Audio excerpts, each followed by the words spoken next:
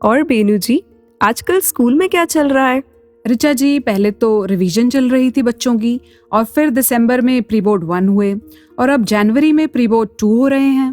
Pre board 1, pre board 2, इतने सारे exams बच्चों के लिए ओवरवेलमिंग नहीं हो जाता? हाँ जी, at times I feel the same. But अगर रिवीजन ना हो, एग्जाम्स ना हो, तो फिर बच्चे अपनी मिस्टेक्स, शॉर्टकमिंग्स कैसे एनालाइज करेंगे और फाइनल एग्जाम्स के लिए खुद को कैसे रेडी करेंगे? Review and revise, it makes you wise. Right. चलो फिर आज इसी पर बात करते हैं।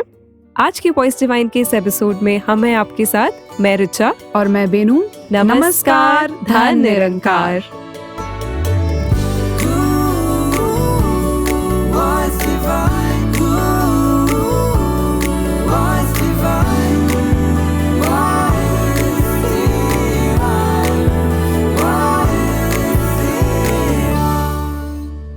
बेनू जी, हाँ जी आपने जिक्र किया स्कूल का, पढ़ाई का, रिवीजन का। जी। मुझे भी अपने स्कूल डेज याद आ गए। वाह, ऐसा लगता है कल की ही बात है जब मैं स्कूल में थी। हाँ जी। जहाँ सबके लिए नया साल, न्यू रेजोल्यूशन एक्साइटिंग होते थे। राइट। मेरा पूरा जनवरी रिवीजन टेस्ट और प्री बोर्ड्स के डर में बीतता था। अच्छा जी। इनके मार्क्स अनाउंस होते थे और आंसर शीट्स भी शेयर की जाती थी ताकि हम अपने मिस्टेक्स, अपनी कमियां एनालाइज कर पाए। बिल्कुल। उस टाइम पर मेरा सबसे बड़ा फियर यही था कि मैं बाकियों से पीछे ना रह जाऊं, कहीं मैं हार ना जाऊं। ओह, तो ऋचा जी, ये तो था आपका एक्सपीरियंस, लेकिन जेन जी का भी सेम ही एक्सपीरियंस है, क्योंकि मेरा बेटा प्री बोर्ड दे रहा है, वो भी 10th क्लास में है। तो the other day I was just listening to him, he was talking to one of his friends, और वो कह रहा था, डोंट वरी यार, मुझे लग रहा है एग्जाम से पहले तुझे फोफो हो गया है। फोफो? जी, मेरा भी यही रिएक्शन था कि बेटा ये फोफो क्या है।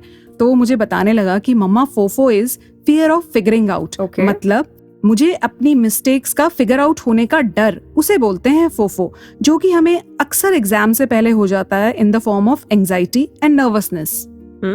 तो क्या ये फोफो सिर्फ बच्चों में होता है? एडल्ट्स में भी फोफो होता है। कभी आपने देखा है ऋचा जी कि जब हम डॉक्टर के पास जाते हैं किसी ट्रीटमेंट के लिए, तो जब डॉक्टर बड़ी सी ब्लड टेस्ट की लिस्ट बना देता है, तो मेरे दिल में पहले से ही डर आना शुरू हो जाता है कि अगर मैंने ये टेस्ट करा लिए और इनमें कुछ निकला तो क्या होगा? Isn't that फोफो? Yes it is। इसका मतलब जब मैं घंटों फोन पर सोशल मीडिया स्क्रॉल करती हूँ जी, और फिर स्क्रीन टाइम चेक करने से डरती हूँ, वो भी तो फोफो हुआ। जी बिल्कुल। और जब कोई न्यू स्किल सीखनी होती है मुझे, और वो भी ड्यूरिंग एडल्टहुड, जैसे ड्राइविंग अ कार, स्विमिंग, तो भी तो मेरे मन में डर होता है कि अगर मैं सीखना शुरू करूं और अगर मैं सीख नहीं पाई, अगर मैं ड्राइविंग टेस्ट में फेल हो गई तो क्या होगा? Isn't that फोफो? Yes it is। Figure out करने का फियर तभी होता है जब मुझे डाउट होता है that I am lacking somewhere. Right. जब तक ब्लड टेस्ट की रिपोर्ट्स नहीं एनालाइज करेंगे, हेल्थ कैसे इम्प्रूव करेंगे? जी, डर के कारण ड्राइविंग टेस्ट नहीं देंगे तो बेटर ड्राइवर कैसे बनेंगे? बिल्कुल। अगर अपनी कमियां देखने से डरेंगे तो बेहतर इंसान कैसे बनेंगे? बिल्कुल जी। तो ऋचा जी, आज से नो फोफो। एग्जैक्टली, आज से no fear of figuring out. जी, ये सिलसिला तो जारी रहेगा। आइए आगे बढ़ने से पहले सुनते हैं संपूर्ण हरदेव वाणी का ये पावन शब्द। भक्ति करने वाला मन ही एक मंदिर बन जाता है। भक्ति करने वाला मन ही एक मंदिर बन जाता है। सिवा प्रभु के दूजा कोई, सिवा प्रभु के दूजा कोई उसमें ना बस पाता है। भक्ति करने वाला मन ही एक मंदिर बन जाता है। भक्ति करने वाला मन ही एक मंदिर बन जाता है।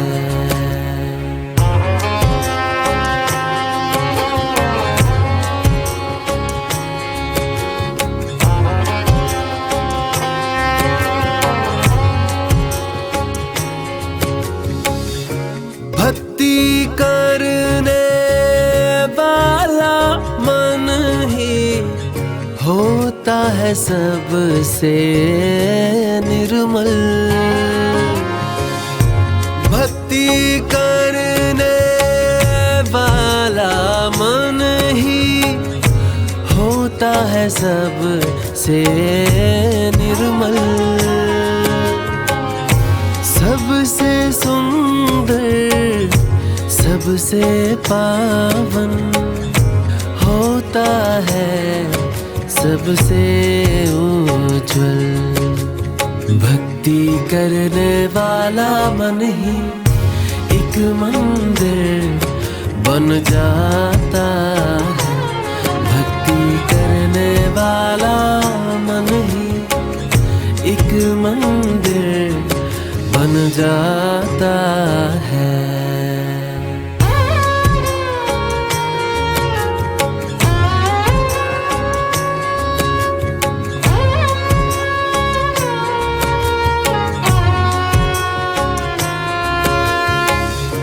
भक्ति करने वाला मन है जन जन का हितकारी भी। भक्ति करने वाला मन है जन जन का हितकारी भी। प्रेम दया से भरा हुआ है और बड़ा उपकारी भी। भक्ति करने वाला मन ही एक मंदिर बन जाता है। भक्ति करने वाला मन ही एक मंदिर बन जाता है।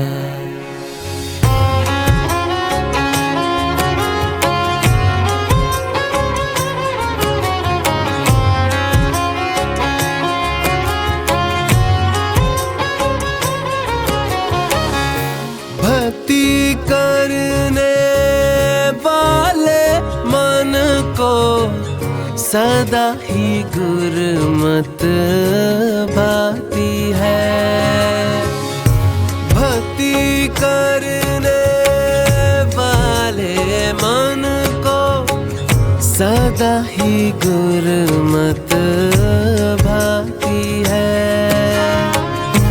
कहे हर देव कभी भी उसको मन मत नहीं सुहाती है।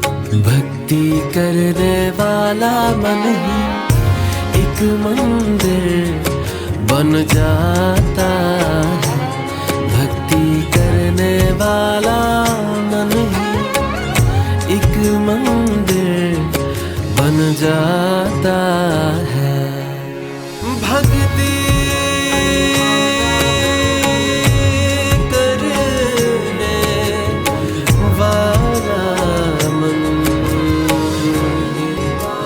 एक मंदिर बन जाता है।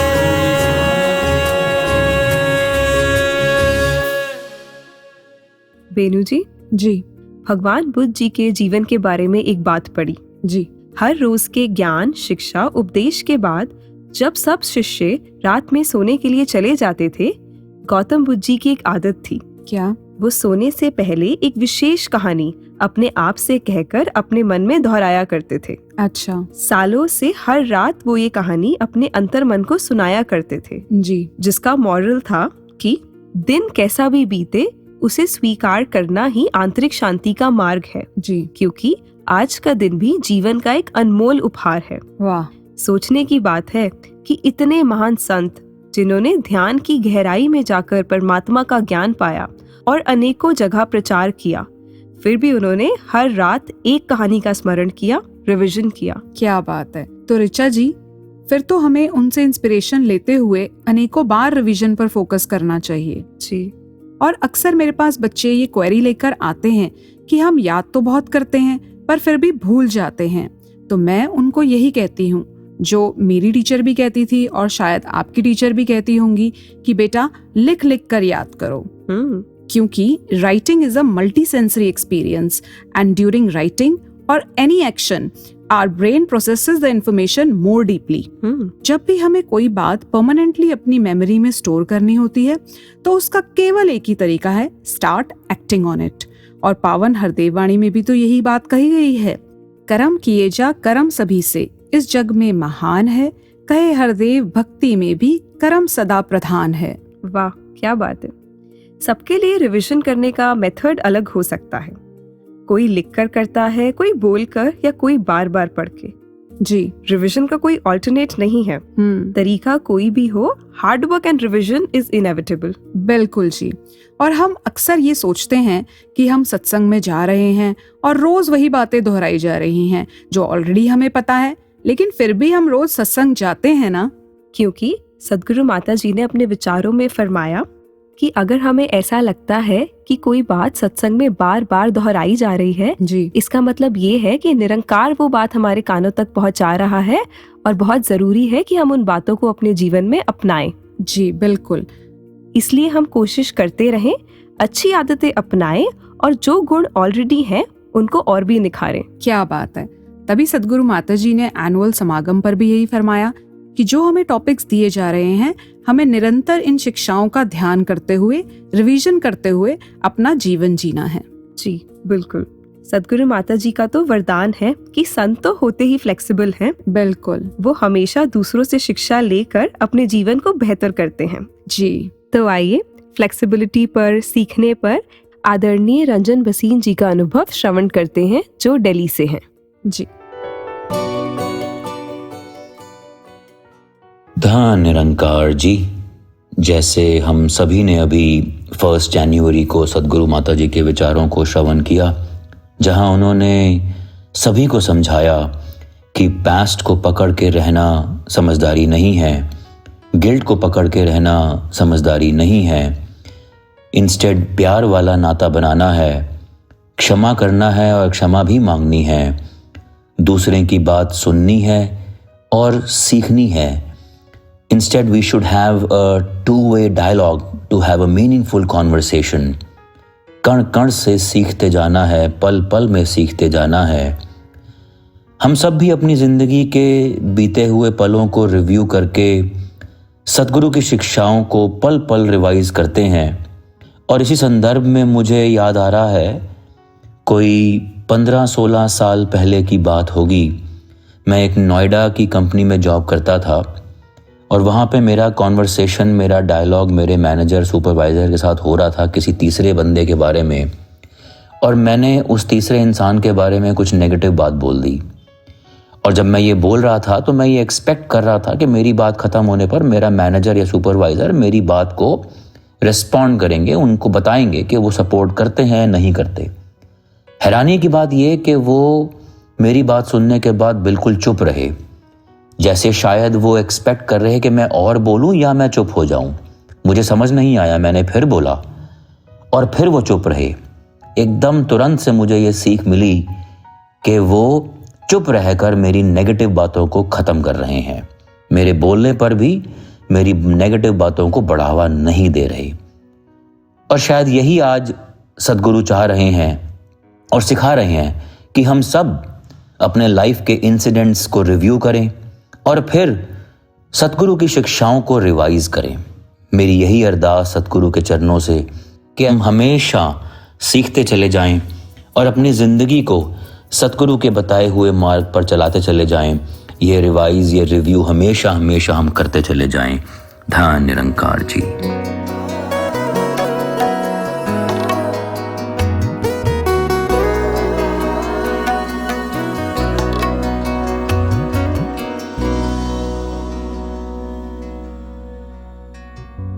सतगुर दी सोच लैके सोचा शिंगार लईए, सतगुर दी सोच लैके सोचा शिंगार लईए।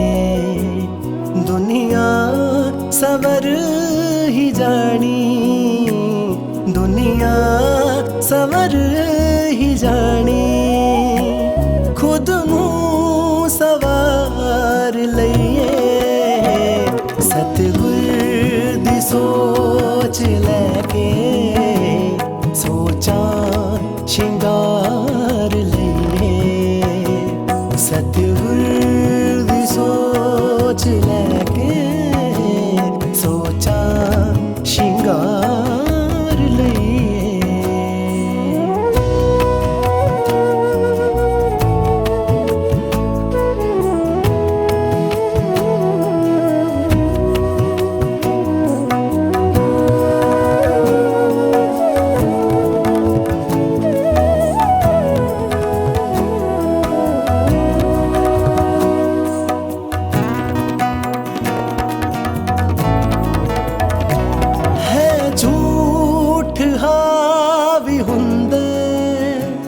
जे सोच है हनेरी है झूठ हावी हुंदे जे सोच है हनेरी चानण च आके आओ सच नूं उभार लईए चानण च आके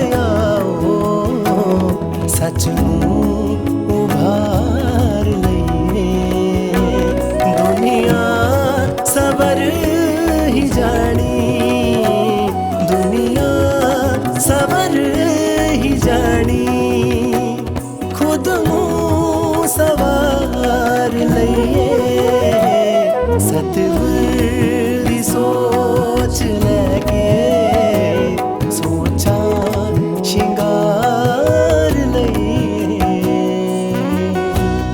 वेणु जी, जी मान लो मैं बहुत ऑनेस्टली रिव्यू भी कर रही हूँ, अपने लेसन्स को रिवाइज भी कर रही हूँ, जी फिर भी अगर मुझे लाइफ में रिजेक्शन फेस करना पड़े तो फिर क्या सॉल्यूशन है? तो ऋचा जी, यहाँ मुझे बड़ी चेतनता से चुनाव करना है कि या तो मैं अपने गोल की तरफ कंसिस्टेंट रहूं या I need to redirect myself towards a new goal. Okay, यहाँ मैं आपसे अपना एक्सपीरियंस शेयर करना चाहूंगी कि आज मैं जिस जॉब में हूँ मैंने उसके लिए पहले 2 अटेम्प्ट्स दिए जो क्लियर नहीं हुए। Initially I felt dejected and depressed, and then finally I mustered all my courage again, and those 2 unsuccessful attempts acted as a fuel for the fire inside me to attain my goal. And finally, by the grace of Sadhguru, not only I cleared the exam, but I topped that exam. So yes, at times we need to be consistent and staunch towards our goal. जी बिल्कुल। This reminds me of another very inspiring story. मैंने कहीं पर एक pharmaceutical company की owner की life story के बारे में पढ़ा था। जी, वो बचपन से ही एक ब्राइट स्टूडेंट थी और उनका ड्रीम था कि वो डॉक्टर बनकर पेशेंट्स को सर्व करें। जी, जब उन्होंने एंट्रेंस एग्जाम दिए वो श्योर थी कि उनका एडमिशन बैंगलोर के बेस्ट मेडिकल कॉलेज में होगा। ओके, पर जब रिजल्ट आया उनको एडमिशन नहीं मिला। She was devastated because she had given her 100%। Right. फिर उन्होंने डिसाइड किया कि मेरा गोल है सर्विस टू पेशेंट्स। वो गोल मैं ऐसे नहीं तो किसी और तरीके से पूरा कर सकती हूँ। वाओ। और तब उन्होंने अपनी कंपनी खोली जो आज इंडिया की एक मेजर बायोफार्मास्यूटिकल कंपनी है। वाओ। और अफोर्डेबल लाइफ सेविंग मेडिसिन बनाती है। एज अ डॉक्टर वो शायद कुछ हजारों पेशेंट्स की हेल्प करती, but now she has helped lakhs of people. Right. उन्होंने सोच समझकर अपना गोल रीडायरेक्ट किया और इतनी ऊंचाइयां हासिल की। वाओ, क्या बात है। सो ऋचा जी, हम ये भी कह सकते हैं कि rejection can be a kind of redirection also. जी, रिजेक्शन रीडायरेक्शन हो सकता है, but only when one decides to look at it that ways. Right. तो ऋचा जी, ये नजरिया, ये सोच, रीडायरेक्शन आफ्टर रिजेक्शन आसान नहीं है, लेकिन मिल सकता है संतों की पॉजिटिव कंपनी से, सद्गुरु की कृपा से और इनकी शिक्षाओं को निरंतर दोहराने से। बिल्कुल। तो आइए ऐसे ही पॉजिटिव नजरिए के लिए बढ़ते हैं हम अपने नेक्स्ट सेगमेंट की ओर, जो है रंगमंच से। मिश्रा जी, अरे ओ मिश्रा जी। हाँ, आ रहे हैं इधर है। का हुआ, कहाँ देख रही हो? हमें ढूंढ रहे हो मिश्री जी? और किसे ढूंढेंगे मिश्रा जी? नहीं, वो आप कहते रहते हो ना, मिश्रा जी लिपस्टिक नहीं मिल रही, मिश्रा जी मस्कारा ला दीजिए, मिश्रा जी डायसन कहाँ है? डायसन का नाम मत लीजिए अब। हाँ, गिरते गिरते बचा है कल आपके हाथों से। अब मिस्टेकनली हो गया ना मिश्री जी। मिस्टेक बहुत कर रहे हैं आप मिश्रा जी।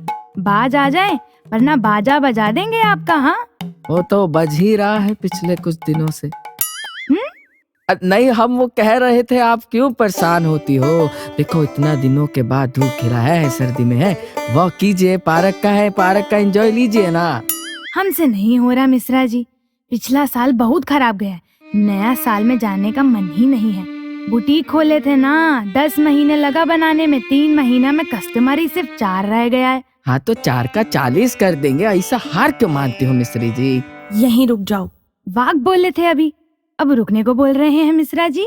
हम कहाँ बोले मिश्री जी, ये लेडीज का आवाज है। अब लेडीज का आवाज में बात कीजिएगा मिश्रा जी। एक्सक्यूज मी, ये मैंने बोला है, साक्षात कन्नू जी ने। आइए आइए, डरिए मत, मैं साफ साफ देख पा रही हूँ। हाँ, नहा धोकर आए हैं, साफ ही दिखेंगे। You just zip it. Jacket बंद करने को बोल रहे हैं, जिप बंद कीजिए। ठंड में हीरो मत बनिए, ठीक है? घर पे मत बोलिएगा, फिर काढ़ा बना के दीजिए। एक्सक्यूज मी, मैंने बोला आप चुप रहिए। कन्नू जी की नजरों से कुछ नहीं छिपता है, मैं देख पा रही हूँ। कुछ बहुत गलत हुआ है आपके साथ। मैं आपकी हेल्प कर सकती हूँ क्योंकि कन्नू रानी इज बड़ी सयानी। ए मिश्रा जी, देखिए ना, चमत्कारी लग रही है। का पता कुछ चेंज हो जाए। चलिए ना। मिश्री जी, आपकी क्यूरियोसिटी मतलब हमारा खर्चा। जल्दी से अपना नाखून दिखाओ।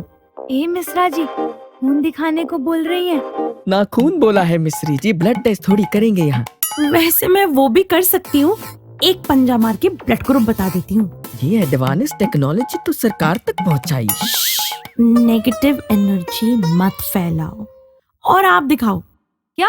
अखा ना बाहर कड़, जेबा जो हथ कड़, आई मीन नेल्स दिखाइए। ओए माँ, क्या हुआ?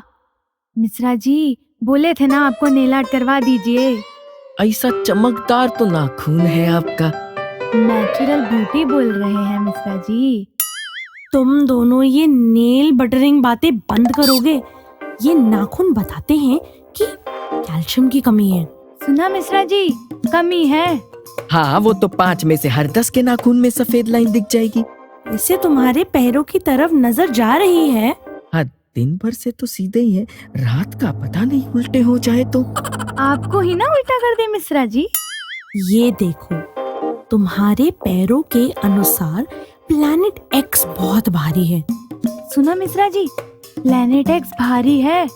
एस्ट्रोनॉट हो जो तुम्हारा प्लेनेट होगा। मुझे प्लैनेट एक्स को प्लैनेट वाई में बदलना होगा। सब कुछ क्लीन करना होगा।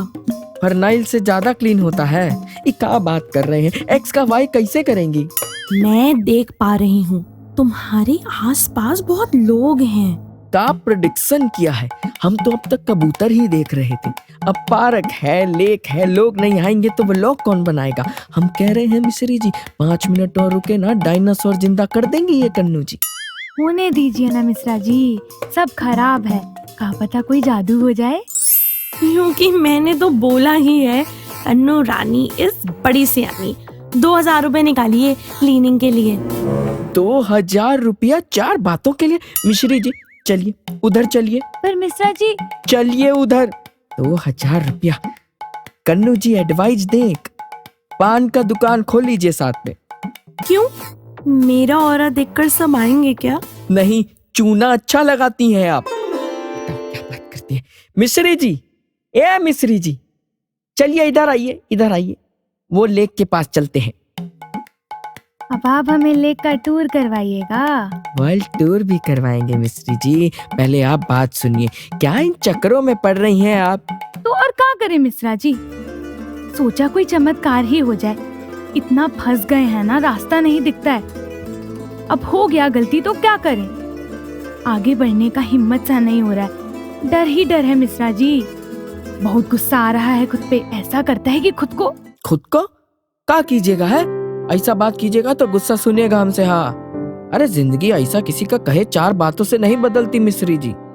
रास्ता बदलने से बदलती है, आगे बढ़ने से बदलती है। पर पैरों नहीं, ठहरो। अभी देखिए, हम गाड़ी में आ रहे थे, हम एक टर्न मिस कर दिए ना, हो गई ना गलती हमसे।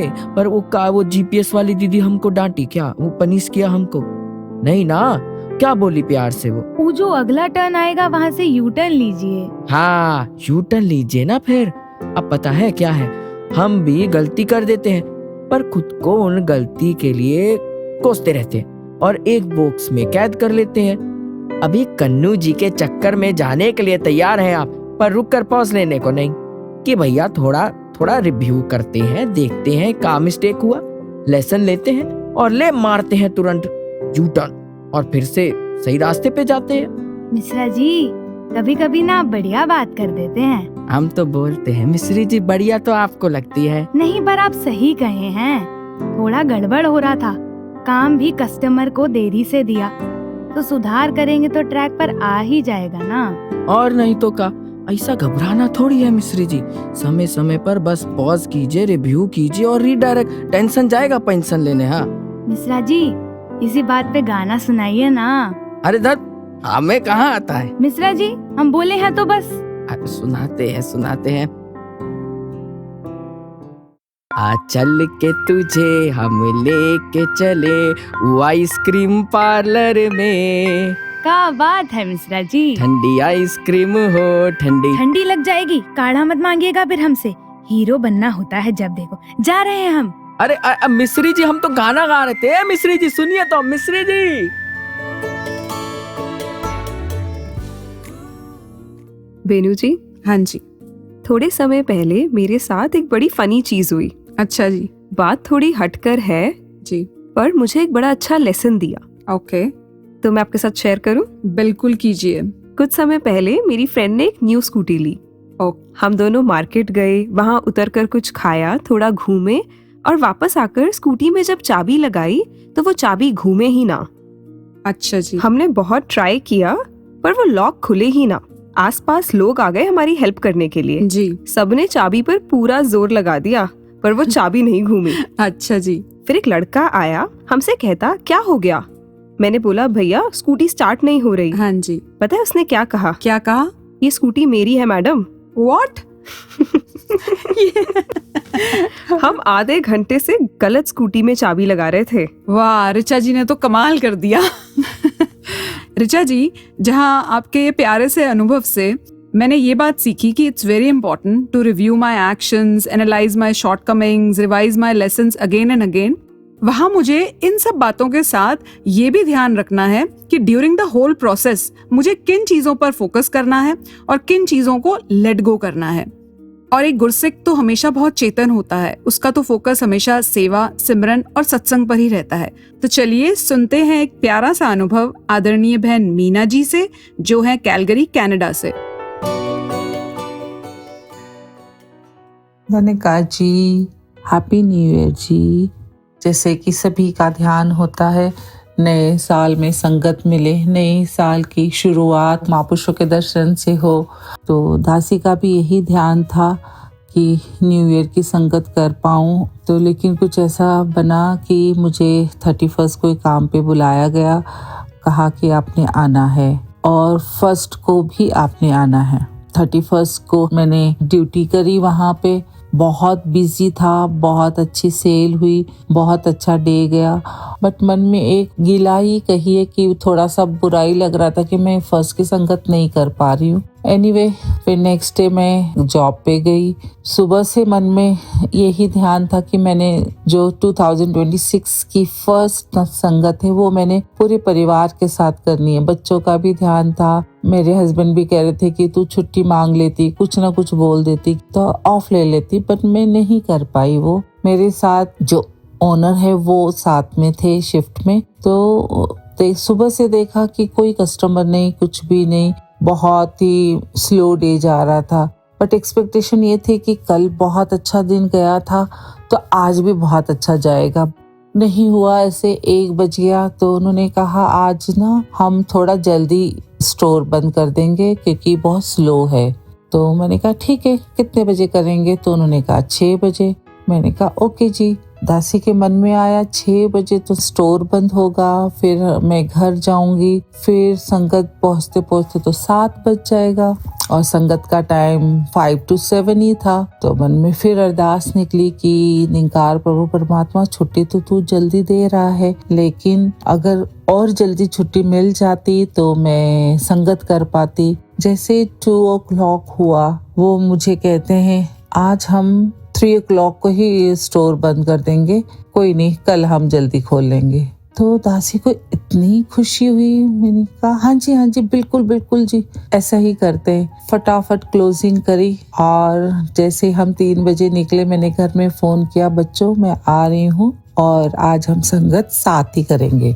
इतनी खुशी जैसे मुझे लग रहा था कि मेरी लॉटरी खुल गई है। फिर संगत गए, न्यू ईयर की संगत सुनी, इतना आनंद आया और संगत में बैठे बैठे इस निंकार को याद करते हुए शुक्राना निकल रहा था कि निंकार तू सुनता है, तू सच में सुनता है। दासी का ध्यान था कि संगत करना है न्यू ईयर की, तूने कैसे खेल खेले, कैसी रचना बनाई कि सब कुछ स्मूथली हो गया। मैंने जॉब भी कर ली, संगत भी कर ली, महापुरुषों के दर्शन भी कर लिए, तो बहुत अच्छा लगा। तो यही कहना चाहूंगी कि निंकार, thank you so much for everything, दासी की भावनाओं को सुनने के लिए और उसको पूरा करने के लिए। है निंकार जी।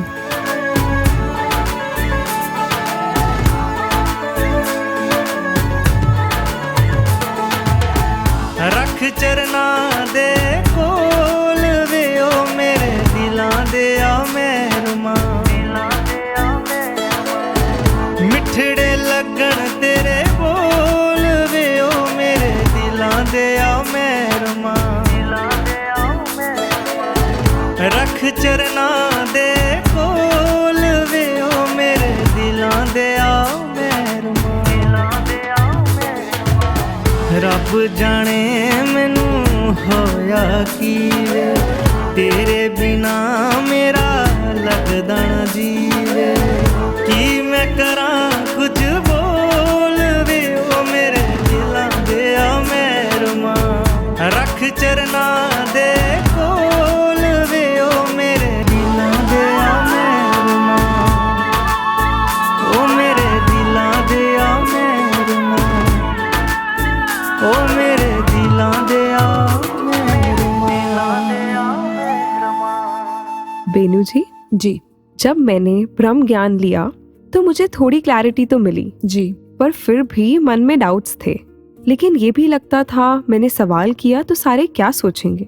ये डाउट तो अक्सर दिमाग में आ जाता है ऋचा जी। फिर मुझे एक दिन ऐसा ख्याल आया कि मैं लाइफ में ना जाने कितनी चीजों का रिवीजन करती हूँ अपने बेटरमेंट के लिए। हाँ जी ब्रह्म ज्ञान तो सबसे बड़ी नॉलेज है, जी ये तो मेरी लाइफ का गोल है, बिल्कुल। इसको रिवाइज करने में कैसी शर्म। वाह, तो बस तभी मैंने डिसाइड कर लिया कि मैं ब्रह्म ज्ञान को रिवाइज करूंगी। क्या बात है। और मेरे को रिविजन से इतनी क्लैरिटी मिली जैसे आंखों के आगे से सारा फॉग हट गया और निरंकार साफ साफ नजर आने लगा। वाह ऋचा जी, ये तो आपने बहुत अच्छा किया, क्योंकि दोहराने से हम सदगुरु के द्वारा सिखाए गए सबक को और पक्का कर सकते हैं और गहराई से समझ सकते हैं। तो आइए सदगुरु माता जी के चरणों में ये अरदास करें कि इनकी दी हुई इस ब्रह्म ज्ञान की दात की हम संभाल करते हुए इनकी शिक्षाओं को रिवाइज करके अपने जीवन में इम्प्लीमेंट करते चले जाएं। सेवा सिमरन सत्संग से जुड़कर अपने जीवन को समर्पित भाव से जीते चले जाएं। तो इसी अरदास के साथ हमें दीजिए इजाजत, और जाते जाते चलिए हम सभी जुड़ते हैं सदगुरु माता जी के इस पावन संदेश के साथ। नमस्कार, धन निरंकार।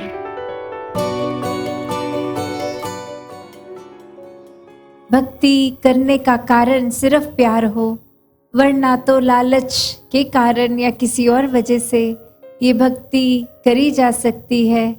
जैसे एक शायर ने भी बहुत खूबसूरती से वो बात कही, बेगर्ज जिना दी उल्फत है वो नमाज दी कीमत नहीं मंगदे। कि कैसे ये जो प्यार है ये अगर परमात्मा से भी हम एक ट्रांजैक्शनल लव की तरह करेंगे, कोई सौदे की तरह करेंगे, तो वो सौदेबाजी वाला प्यार हरगिज़ वैसा प्यार नहीं है जो एक परमात्मा से किया जाए।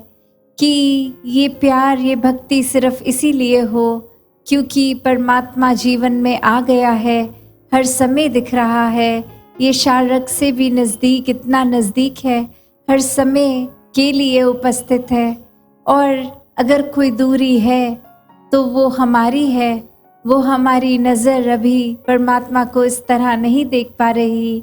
तो ये ब्रह्म ज्ञान द्वारा ऐसा जीवन हर एक के जब हिस्से में आ जाता है तो जीवन वाकई ही एक कंप्लीट तरीके से हर कोई पूर्णता से जी लेता है, क्योंकि हर पल में ही ये डिवाइन लव है और हर कार्य भी एक सहजता से हो जाते हैं। वो कोई स्ट्रेस लेके घर परिवार बिजनेस का पालन पोषण या कोई भी चीज़ को एक काम की तरह नहीं, एक सेवा भाव से किया जाता है कि फिर उसमें कोई सेल्फिश ज़रूरत की तरह नहीं, पर एक अपने मन को सेल्फलेस बना दिया जाता है कि ये एक अहंकार से हटकर अब ऐसा जीवन जिया जाता है। और ऐसा जीवन ही भक्तों ने हमेशा सिखाया है, खुद अपने जीवन को जी के, कि बस जब ये लगन मन की लग जाती है इस परमात्मा के साथ, तो फिर एक बहुत ही मगन रूप में रहकर, सहज रह के, एक मन को स्थिर करके ये भक्ति फिर बहुत आनंद में ये जीवन देती है, ये सुकून देती है, ये पीस मिलता है।